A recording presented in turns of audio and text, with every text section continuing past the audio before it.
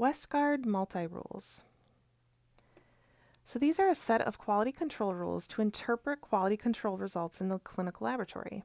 The quality control result is the first assessed against the first rule or warning rule. If a rule is not broken, then the next rule is assessed, and so forth. If at any point a rule, except for the warning rule, is violated, the result is rejected and the method may be out of control. This ensures that when we tell a patient that they have something wrong with them, that we are telling them accurate information.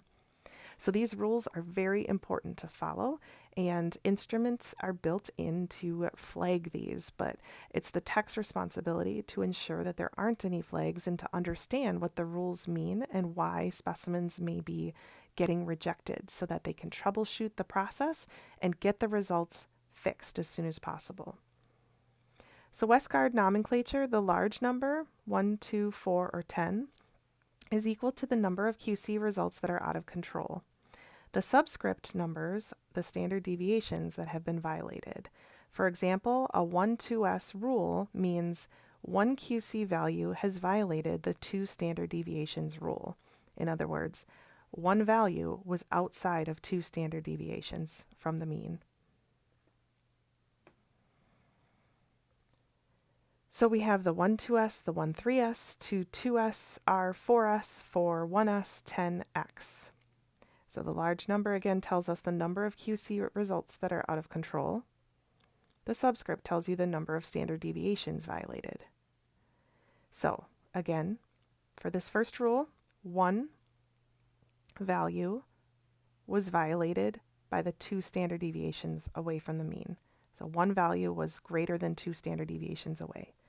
For this rule, one value was greater than 3 standard deviations away from the mean.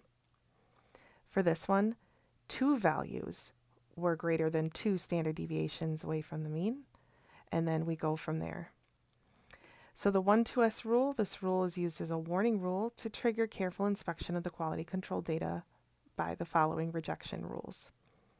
So this is a 1-2S rule violation. This is a 1-3S, where it's greater than 3 standard deviations away. A run is rejected when a single control measurement exceeds the mean plus 3 standard deviations or the mean plus 3 standard deviations, control limit. 2-2S can be violated in 2 ways. The first is if both control results tested in a day exceed 2 standard deviations from the mean. The second is if one control result also exceeded 2 standard deviations in the same manner in the previous run or day. The R4S is violated when the difference or range between the 2 control values within a run is greater than 4 standard deviations. So if we have a value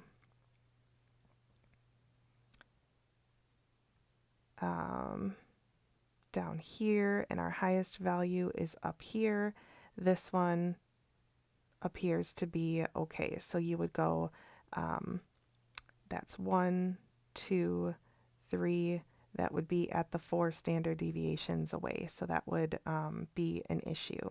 So you go from the highest to the lowest or lowest to highest values, and if it's greater than 4 standard deviations away, then that is a rule violation. The 4-1S rule, the first can be violated in 2 ways. The first, 4 consecutive results fall on the same side of the mean and exceed plus or minus 1 standard deviation for the level 1 control. So they're all high, and there's 4 of them in a row.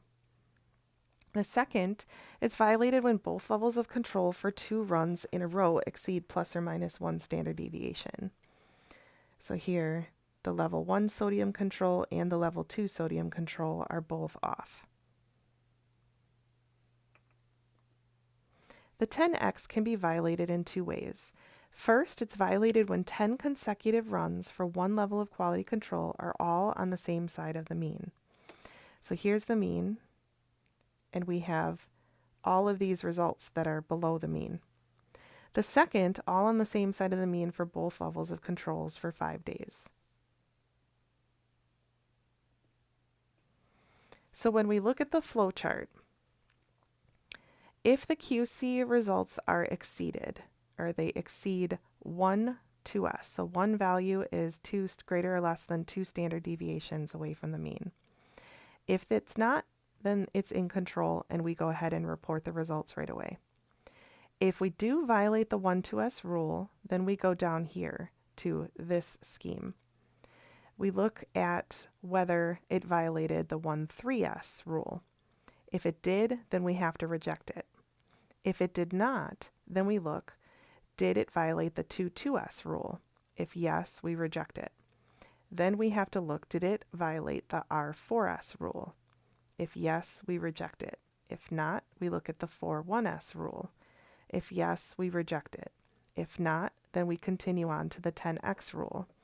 If it violates it, then we reject it. If not, then we go ahead and report patient results. So at this first level, if we don't get any of our QC values that are greater or less than 2 standard deviations from the mean, we're good to go. We go ahead and report those results. If at any point we do get at least one of our QC values that's greater than our plus or minus 2 standard deviations from the mean, then we have to go through this whole process of saying, are any of our Westgard rules violated? And if they are, we have to reject the run. If not, then we can go ahead and report patient results. So this is a table kind of listing out what those rules are. I highly recommend that you write down these terms and figure out what this is, because on the quiz I will have some questions on there that specifically ask you about the different Westgard rules. What if my standard deviation is set too large? So you can repeat the QC, make new QC and repeat, check the reagents, replace and repeat, calibrate and repeat, contact the manufacturer, and suspend testing.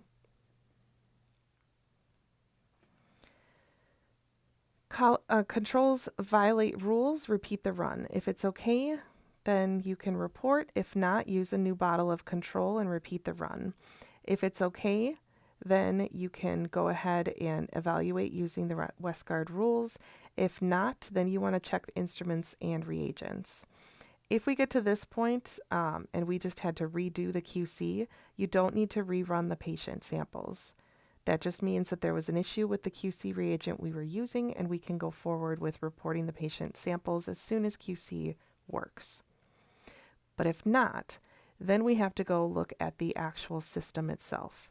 Is the analyzer down or instrument down? Is the test system messed up? Is something going on with instruments and reagents?